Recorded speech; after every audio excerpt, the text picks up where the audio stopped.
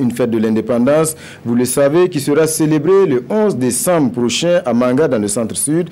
Et pour l'heure, la ville est en chantier. Place la Nation, salle polyvalente ou cité des forces vives. Tout doit être prêt dans les délais. Le ministre de l'Urbanisme était sur place hier pour faire le point de la progression des travaux. Et dans l'ensemble, les travaux avancent normalement. Isaka Ouedraogo, Nathalie Sawadgo. Nous sommes ici sur le site de la place de la Nation.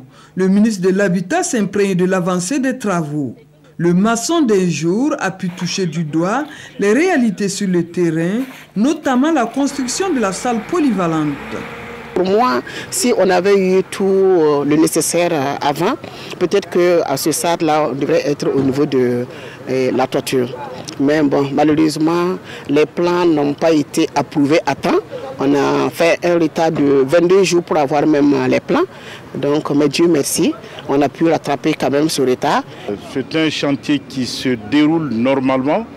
Je voudrais encourager les deux entreprises qui ont été attributaires des marchés, les contrôleurs également, des bilans qui m'ont été faits et du constat physique. Nous sommes autour de 30% de réalisation et les travaux avancent normalement. Autre lieu visité, les cités du 11 décembre. Ici, on trouve des maisons en finition et d'autres sont au stade de fondation. Les chantiers de quelques promoteurs ont également fait l'objet d'inspection. Question de les encourager à poursuivre dans leurs efforts. Bon, actuellement, on a autour de 40%. Parce que c'est R+2, on a une salle de conférence qui va prendre environ 300 personnes en deux niveaux, donc environ 600 personnes.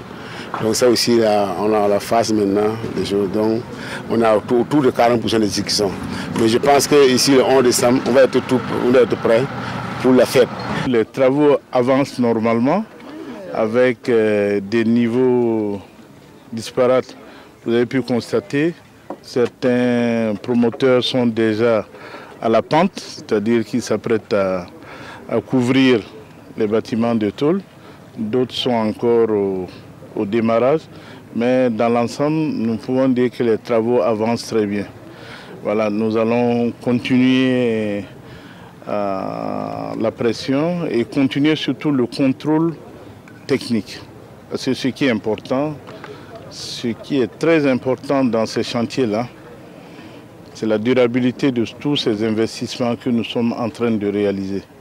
Nonobstant les retards constatés et des contraintes liées à des poches d'inondation, le terrain étant une ancienne rizière, le ministre rassure. Des dispositions sont prises pour que les sites soient accessibles.